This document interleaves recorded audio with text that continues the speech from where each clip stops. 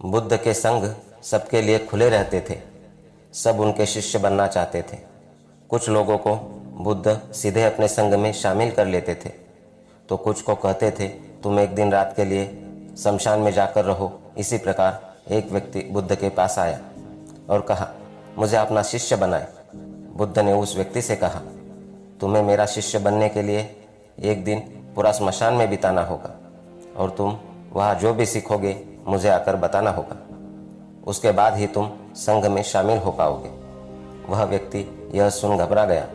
उसने बुद्ध से कहा, दिन में तो ठीक है, लेकिन रात में श्मशान में रहना खतरनाक है। बुद्ध ने कहा, कैसा खतरा? व्यक्ति ने कहा, वहाँ भूत प्रेत होंगे, वो मुझे पकड़ लेंगे। बुद्ध ने कहा, क्या तुमने भूत प्रेत देखे हैं? व्यक्ति ने कहा, नहीं, पर मैंने सुना बहुत है। पर कुछ लोगों को देखा है जिनमें भूत आ जाते हैं, वो अजीब अजीब हरकत करते हैं। तब बुद्ध ने कहा, तो तुम्हारे पास यह सुनहरा अवसर है यह जानने का कि भूत प्रेत होते हैं या नहीं। तुम वहाँ एक दिन और एक रात गुजारो और फिर विश्लेषण करके बताना कि भूत प्रेत होते हैं या नहीं। अगर तुम्हें वह मिल जाए तो तुम उनका विश्लेषण करना कि वह कैसे होते हैं, और अगर नहीं मिले तो तुम यह भी जान पाओगे कि वह नहीं होते। तुम घबराना मत, वहाँ जो भी घटना होगी तुम मुझे उसे आकर बताना। व्यक्ति ने कहा, ठीक है गुरुदेव, अगर आप चाहते हैं तो एक पूरा दिन और रात में श्मशान में गुजार लूँगा। बुद्ध ने कहा, ठीक है, अभी तुम आश्रम में आराम करो और कल सुबह ही शमशान के लिए निकल जाना। बुद्ध ने अपने 4 शिष्यों को कहा कि वह व्यक्ति कल श्मशान जाएगा, तुम उसके पीछे जाना और उस पर नज़र रखना, उसका ध्यान रखना। यह याद रहे उसे यह बात पता न चले कि तुम उसके गए होंगे। अगले दिन वह व्यक्ति बुद्ध के पास गया और बोला, जैसा आपने कहा था मैं श्मशान के लिए निकल रहा हूँ। बुद्ध ने इस व्यक्ति से कहा, ठीक है, अब तुम जा सकते हो। वह व्यक्ति श्मशान गया। अगले दिन वो व्यक्ति बुद्ध के पास आया। बुद्ध ने उसे देखकर मुस्कुराए और बोले कि तुमने एक पूरा दिन पूरी रात वहाँ गुजारी, तुमने क्या देखा और क्या सीखा?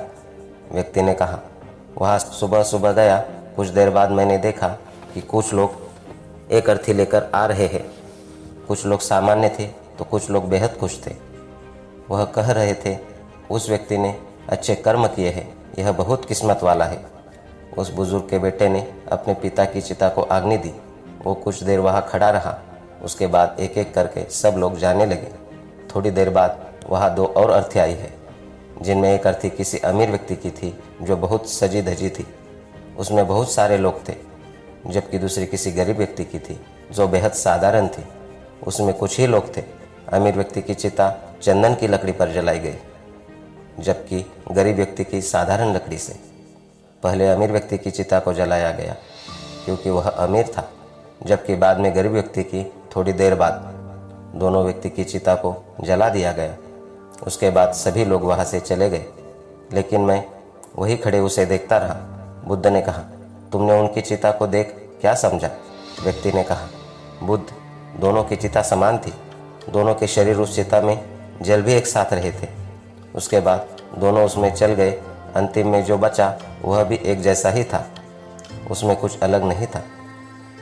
हे बुद्ध, उसके बाद वहाँ एक स्त्री की अर्थी आई। उस स्त्री का पति बहुत दुखी था और वहाँ आए सभी लोग भी काफ़ी दुखी थे। वो सभी उसके पति को सांत्वना दे रहे थे।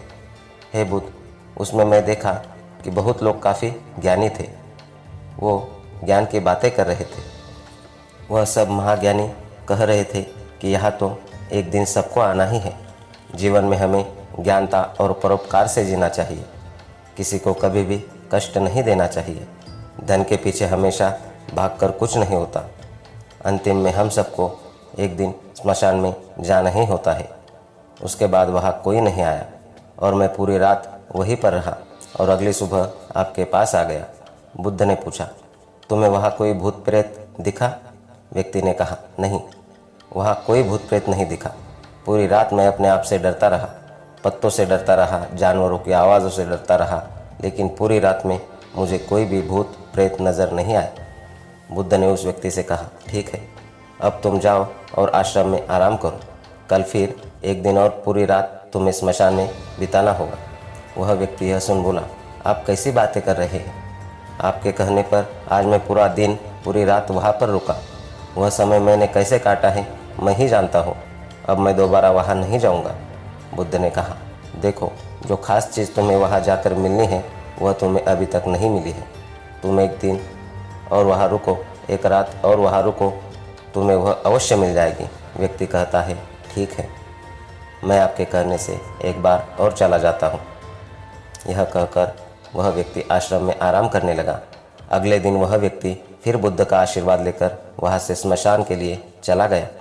एक पूरा दिन बिताकर वह अगले दिन फिर बुद्ध के पास आया। बुद्ध ने पूछा, तो तुम्हें वह चीज़ मिली? व्यक्ति ने कहा, हाँ, मुझे वह चीज़ मिल गई। बुद्ध ने पूछा, तो बताओ तुम्हें वहाँ क्या मिला? व्यक्ति ने कहा, मैंने देखा कि कुछ लोग शाम को मुझे अर्थी पर लेकर आ रहे हैं। मेरे पीछे कुछ 15-20 लोग चल रहे हैं और मुझे 4 कंधों पर उठा रखा है। मेरे पिता आगे आगे चल रहे हैं। कुछ लोग मेरे ऊपर फूल फेंक रहे हैं और मेरे कुछ रिश्तेदार मेरे पीछे चल रहे हैं। वो लोग बहुत दुखी हैं। मेरे पिता और भाई भी बहुत दुखी हैं।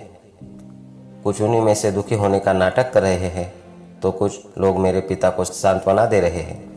वही दूर खड़ा मेरा भाई बेहद दुखी है। कुछ लोग उसे सांत्वना देकर बोल रहे हैं कि तुम ही अब सबके इकलौते वारिस हो, तो कुछ लोग कह रहे हैं यह गलत हुआ। वह लड़का तो अभी जवान था, अभी तो उसने कुछ देखा भी नहीं था और उसके साथ ऐसी घटना हो गई।